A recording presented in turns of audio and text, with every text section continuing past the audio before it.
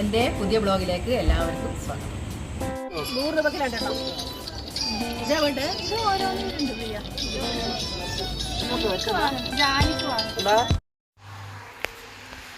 അതിലിടക്ക് നമ്മൾ മൂകാംബികയിലെ ഒരു ട്രിപ്പെല്ലാം പോയി.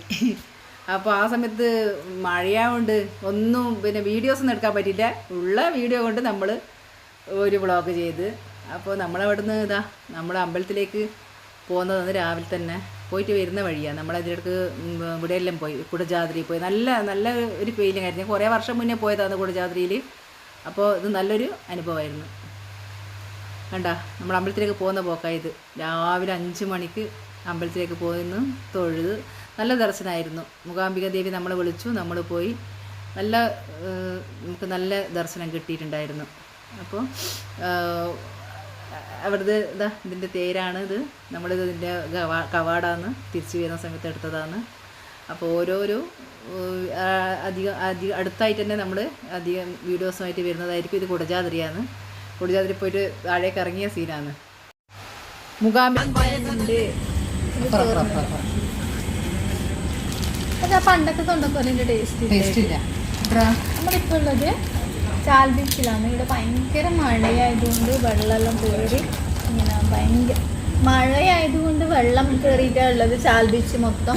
അവിടെ നമ്മൾ ഇത് വന്നിട്ട് എന്തെങ്കിലും പറയാ തൊണ്ടക്കുഴല്. ആ തൊണ്ടക്കുഴല് ഇത് പണ്ട് നമ്മൾ ഇതാ ചെയ്യാം, കൈക്ക് 5 വിരലും ഇടും, അതിങ്ങനെ കടിച്ചു തന്നല്ലേ പണ്ട്. അപ്പോൾ ആ ഒരു നൊസ്റ്റാൾജിയ ഫീൽ ചെയ്തിട്ട് നമ്മൾ അപ്പോൾ പിന്നെ കുറച്ച് നാളായി ഞാൻ വ്ളോഗ് ചെയ്യണം എന്ന് വിചാരിച്ചിട്ട് എനിക്ക് ചെയ്യാൻ പറ്റിയില്ല. കാരണം കുറച്ച് തിരക്കായിരുന്നു. ഈ സീസണിൽ നാടകത്തിൻ്റെ ഒരുപാട് പ്രോഗ്രാം നാടകത്തിന് ഉണ്ടായിരുന്നു. ദൂര സ്ഥലത്തായതുകൊണ്ട് രാത്രി നൈറ്റിൽ വരാൻ പറ്റില്ല. അങ്ങനെ ഒക്കെ ഉള്ളതുകൊണ്ട് വ്ളോഗ് ചെയ്യാൻ പറ്റിയിട്ടില്ല. മാത്രമല്ല കുറച്ച് 1-2 സിനിമേൻ്റെ, തമിഴ് തെലുങ്ക് സിനിമേൻ്റെ, കന്നഡ സിനിമേൻ്റെ ഷൂട്ടിങ്ങിൻ്റെ ഒരു സെറ്റിലായിരുന്നു. അപ്പം പിന്നെ നീ വന്നിട്ട് ഷൂട്ടിങ്ങിന് മേക്കപ്പ് ചെയ്യാൻ ഇവളും കൂടിയുള്ള മേക്കപ്പിന് ഒരു സ്ഥലത്ത് ഞാൻ പോയിട്ടുണ്ടായിരുന്നു, ഹെൽപ്പറായിട്ട് പോയിട്ടുണ്ടായിരുന്നു. അപ്പം അങ്ങനെ കുറച്ചങ്ങനെ പോയി. അപ്പോൾ നമുക്ക് പിന്നെ ഇതിൻ്റെ ക്യാമറാമാനും എഡിറ്റ് ചെയ്യുന്ന ആൾക്കാരെയും നമുക്ക് കിട്ടുന്നില്ല. അവർക്കും ഭയങ്കര ബിസിയാണെന്നാണ് പറയുന്നത്. അപ്പോൾ എല്ലാം കൂടി കുറച്ച് വീട്ടിലെ കാര്യങ്ങളെല്ലാം കൂടി കുറച്ചൊരു ഇങ്ങനെ സ്റ്റക്കായി പോയിട്ടുണ്ടായിരുന്നു. അപ്പോൾ നമ്മൾ വരും, നിങ്ങൾക്ക് എല്ലാം കാണിച്ചു തരാനും എല്ലാം ഉണ്ടാകും. നമ്മൾ ഓരോരോ പൊട്ടത്തരായിട്ടുള്ള വരും.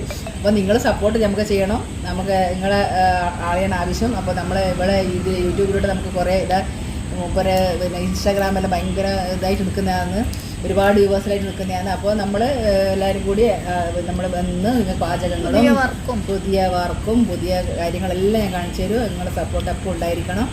അപ്പോൾ പറഞ്ഞില്ല, ടാറ്റാ ബൈ ബൈ. അപ്പോൾ അതുപോലെ തന്നെ നമ്മളെ ക്യാമറമാൻ ബിസി എന്ന് പറഞ്ഞ കാരണം വെച്ചാൽ ആർട്ടിസ്റ്റാണ്, അഭിനയിക്കാനെല്ലാം പോകുന്നതാണ്. അപ്പോൾ അവനും സെറ്റിൽ എവിടെയെങ്കിലും ഉണ്ടാവുക, നേരത്തെ നമുക്ക് ആളെ കിട്ടൂല. പിന്നെ വേറെ ആളെ കണ്ടെത്തുമെന്ന് പറയുമ്പോൾ എല്ലാം കുറച്ചൊരു ബുദ്ധിമുട്ടാണ്. അപ്പോൾ പിന്നെ അതുകൊണ്ടാണ് എല്ലാം കൂടി നിന്ന് പോയത്.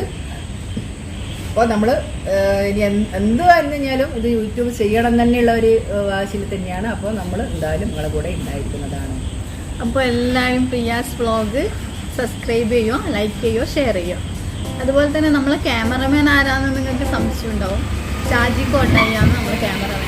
അവനിപ്പം കുറച്ച് ബിസി ആയതുകൊണ്ടാണ് എഡിറ്റിങ്ങും കാര്യങ്ങളൊന്നും നടക്കാത്തത്. അപ്പോൾ അവൻ്റെ ഫേസ്ബുക്കിൽ പോയിട്ടൊന്ന് നോക്കിയാൽ മതി. ഓക്കെ.